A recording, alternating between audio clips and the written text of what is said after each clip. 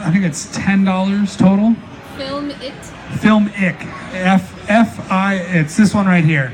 Filmic, so like film with mic.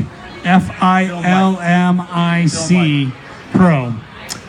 So Filmic Pro here, again, $10 application on the App Store. I'm going to go ahead and launch into this. And this one's pretty neat. So this one, you'll notice right away, interface-wise, is very different from the native camera app. But what I love about this one is, first and foremost, I have the ability to set my focal point and my exposure point entirely unique from each other. So that's pretty awesome. I could still drag one on top of the other still and merge them, or what this also allows me to do, not only set my focal point where I want it, but what I can then do is I can actually tap and hold on that focal point.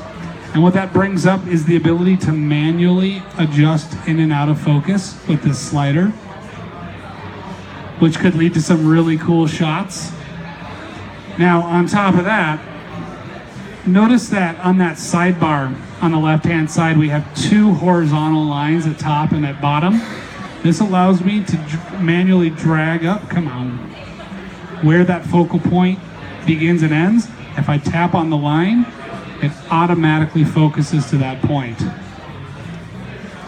Now, if I really want to get crazy with this, I can drag over, and this little slider that just appeared on the far left allows me to adjust the speed at which this automatic focus happens. So now it's going super slow. If I drag this all the way up, it speeds up. So you can adjust and manually tell it to do that focal point, which you cannot do in the native camera app. More importantly, I've got audio. I can see what I'm getting for audio. Yeah, on top of that, that's a great point.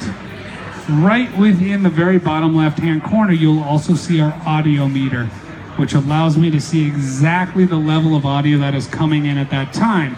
So we can make sure that we're not clipping or getting too much audio input with that.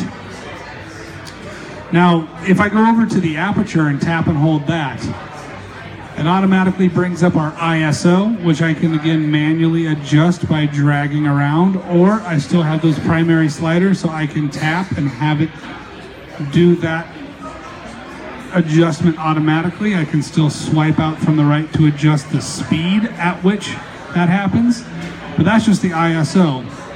We also have our shutter speed that we can adjust manually, or again, have it adjust on the fly, and again, can drag out and adjust that level. Or over here we have the actual exposure that we can do. Now this one does not allow us to set presets for that. So we find the level that we want, and then it's set. But we can adjust each one manually, so I can adjust the ISO, exposure, and shutter speed. There we have it, to ensure that we get a better looking video. Now when these are lit up red like they are right now, they are locked. Simply move them around, or we can tap a single time to unlock them as well, which is really nice. Tap each one of them to unlock them? Correct. Or tap to lock as well, or tap and hold to then manually adjust settings. Now down in the very bottom, in Filmic Pro, you'll not only have your timer, which shows the duration at which you are filming,